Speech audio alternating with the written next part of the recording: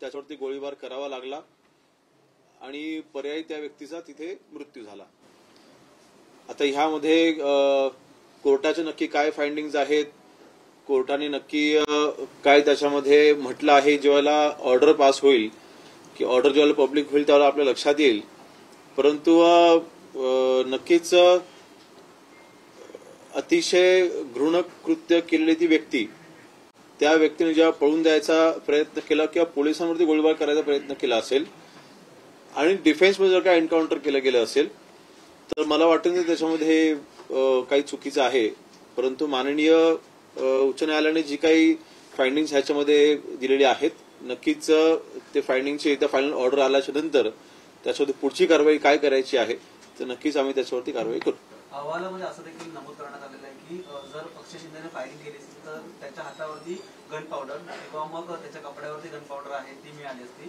अहवालात असं नमूद आहे की ती गन पावडर मिळालेली नाहीये आणि जर पोलिसाच्या पायामध्ये जर ती आहे तर मग पोलिसाच्या पायावरती देखील ती गन पावडर किंवा जीन्सवरती गन पावडर मिळालेली नाही। मला वाटतं ह्या बाबतीमध्ये ज्यावेळेला एन्काउंटर झालं त्यावेळेला पाऊस पडत होता आणि जे काही फॉरेन्सिकचे अहवाल देखील आलेले आहेत त्याच्यामुळे देखील त्या रिपोर्टिंगमध्ये देखील आलेलं आहे की पाऊस पडलेला असल्यामुळे, कारण शेवटी एन्काउंटर होणार आहे हे काही माहिती नव्हतं ना।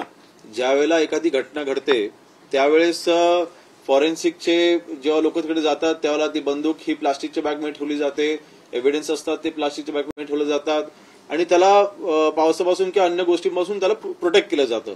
आता एन्काउंटर केलेला असल्यामुळे तिथे ह्या काही गोष्टी करण्यासाठी काही तिथे वेळ मिळाला नाही आणि त्या व्यक्तीला वाचवण्याकरिता हॉस्पिटलला घेऊन जाईपर्यंत काही तिथे एव्हिडन्स करायची तर राहिले नसतील आणि म्हणून जे काही फॉरेन्सिकच्या अहवालामध्ये देखील जे आलंय की पावसामुळे ते काही तिथे गन पावडर किंवा फिंगरप्रिंट्स वगैरे तिथे आढळले नाहीत।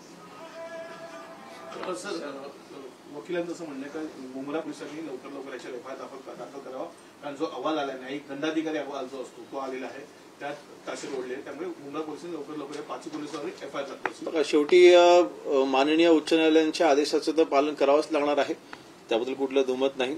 उच्च न्यायालयाचा अवमान करायचा आमच्या सरकारचा कुठला उद्देश देखील नाही। जे काही ऑर्डर निघेल त्याचं पालन केलं जाईल। सर, पण मग ज्या पोलिसांनी भूमिका घेतली त्यांच्यावरती हा झालेला अन्याय नसला नाही। बघा, शेवटी कोर्टाची ऑर्डर आहे म्हटल्यानंतर त्याची अंमलबजावणी तर करावी लागेल, परंतु अर्थातच हायकोर्ट ही काही अंतिम ऑथॉरिटी नाही। आपल्याकडे सुप्रीम कोर्टाचा देखील पर्याय हा ओपन आहेच आणि म्हणून नक्कीच पोलिसांवरती अन्याय होऊ नये। ज्यावेळेला एखाद्या आरोपी पोलिसांवरती गोळी झाडत असेल आणि त्याला एन्काउंटर म्हणून, म्हणजे काउंटरला एन्काउंटर म्हणून ज्यावेळेला तिथे सेल्फ डिफेन्समध्ये जर का फायरिंग केली गेली असेल तर अर्थातच पोलिसांवरती अन्याय होऊ नये ही आमची भूमिका तर असणारच आहे। संजय राऊतांनी सांगितलं राजकीय बळी होता कोणाचा? अक्षय शिंदेचा राजकीय बळी होता। नाही, मला कळत नाही। अक्षय शिंदेला भर चौकामध्ये फाशी द्या असे म्हणणारे संजय राऊत आता अक्षय शिंदेची बाजू घेत आहेत का? किंवा त्यांना इतकं मोठं दुःख झालं का की ज्या नराधमाने इतक्या घृण परिस्थितीमध्ये त्या बालिकेवर त्यांनी जे काही अत्याचार केले, अशा अक्षय शिंदेच्या बाजूने जर का संजय राऊत बोलत असतील तर त्यांना या छत्रपती शिवाजी महाराजांच्या महाराष्ट्रामध्ये राहायचा त्यांना अधिकार देखील नाही। जर का महाराज आज असते तर महाराजांनी काय केलं असतं हा प्रश्न त्यांनी स्वतःला विचारावा की। आणि म्हणून मला वाटतं जे काही गोष्ट घडलेली आहे, बघा कुठल्या परिस्थितीमध्ये त्या व्यक्तीचा मृत्यू झाला आज मी त्याला महत्व देत नाही, परंतु आज ती व्यक्ती जिवंत नाही ह्याचं समाधान मला वाटतं महाराष्ट्रामधील आज प्रत्येक महिलेला आहे, प्रत्येक जनतेमधील प्रत्येक नागरिकांमध्ये ही भावना आहे।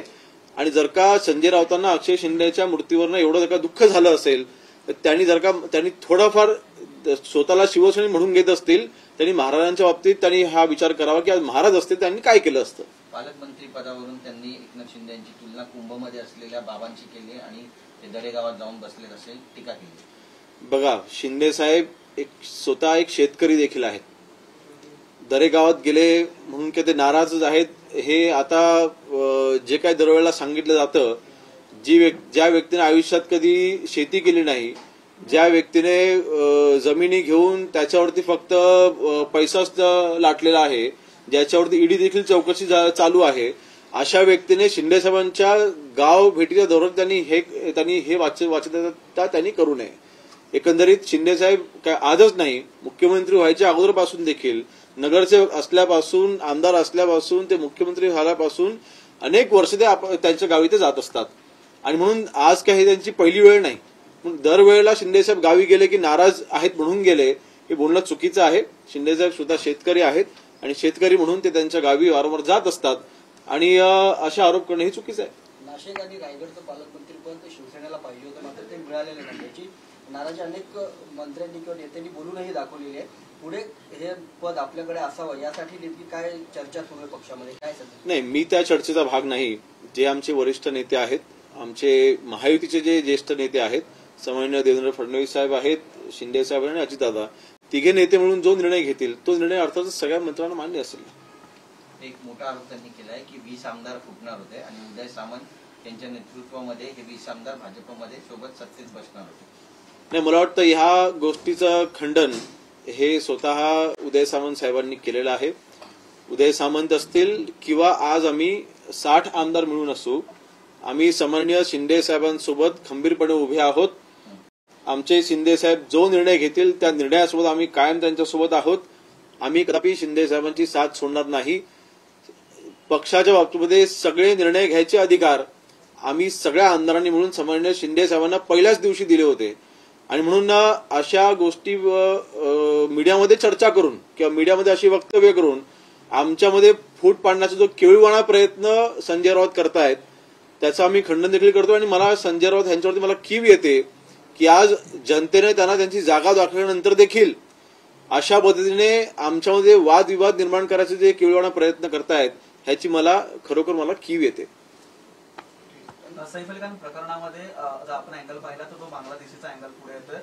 ह्यामध्ये त्याचे आणखी देखील काही मित्र आहेत ते त्याच्यासोबत आलेले होते असं देखील पोलीस तपासामध्ये पुढे येते. मग या बांगलादेशींच्या विरोधात आता राज्यामध्ये कशा प्रकारची मोहीम आहे ती स्ट्रॉंग होणार आहे, कारण असे जे आरोप होताना अशा प्रकारच्या आता हत्या आणि जे हल्लेखोर देखील पुढे नाही. ऑलरेडी बांगलादेशांच्या बाबतीमध्ये आणि रोहिंग्यांच्या बाबतीमध्ये महाराष्ट्र सरकार हे गंभीर आहे. मुख्यमंत्री देवेंद्र फडणवीस साहेब ह्यांनी देखील या बाबतीमध्ये स्पष्ट आदेश हे पोलीस प्रशासनाला दिलेले आहेत.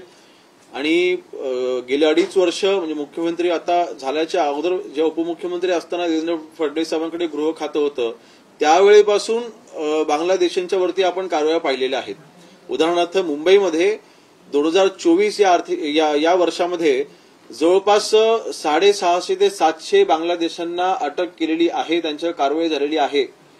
म्हणजे बांगलादेशींचा प्रश्न आजच काही आम्हाला आठवला असलेला भाग नाही. गेल्या 1-2 वर्षापासून आम्ही कारवाई अग्रेसर केलेली आहे सन्माननीय फडणवीस साहेबांच्या आदेशाने.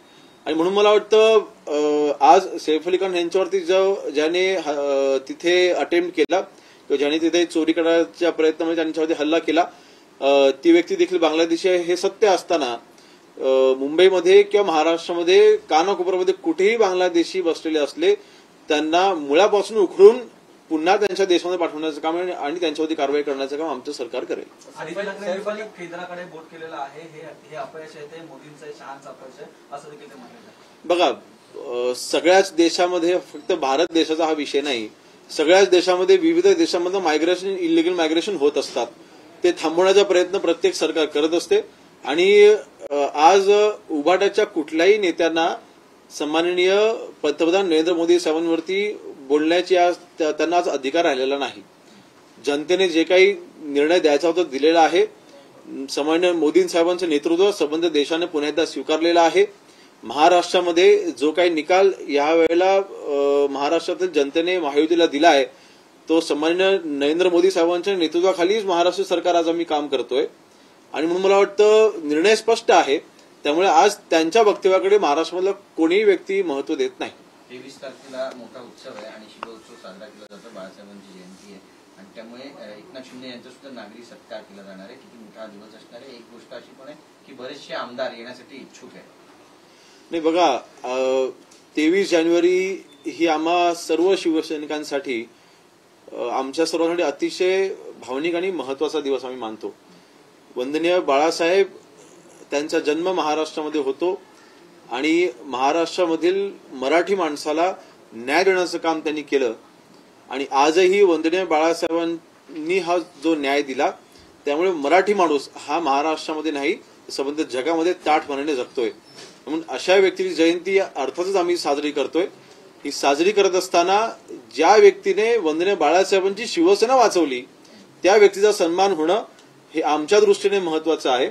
म्हणून शिंदे साहेबांचा नागरिक सत्कार हा शिवसेनेच्या वतीने 23 जानेवारीला आम्ही ठेवलेला आहे आणि अखंड शिवसैनिक महाराष्ट्रामधला तमाम शिवसैनिक त्या दिवशी उपस्थित असेल आणि सन्माननीय शिंदे साहेबांनी वंदनीय बाळासाहेबांची जी हिंदुत्वाची वाटचाल आहे ती पुढे घेऊन जात असताना त्यांच्या पाठीमागे आम्ही खंबीरपणे उभे आहोत हा संदेश आम्ही त्या दिवशी शिंदे साहेबांना देऊ. उद्धव ठाकरे यांनी भेट घेतली शरद पवार यांची आणि महानगरपालिका एकत्र लढायची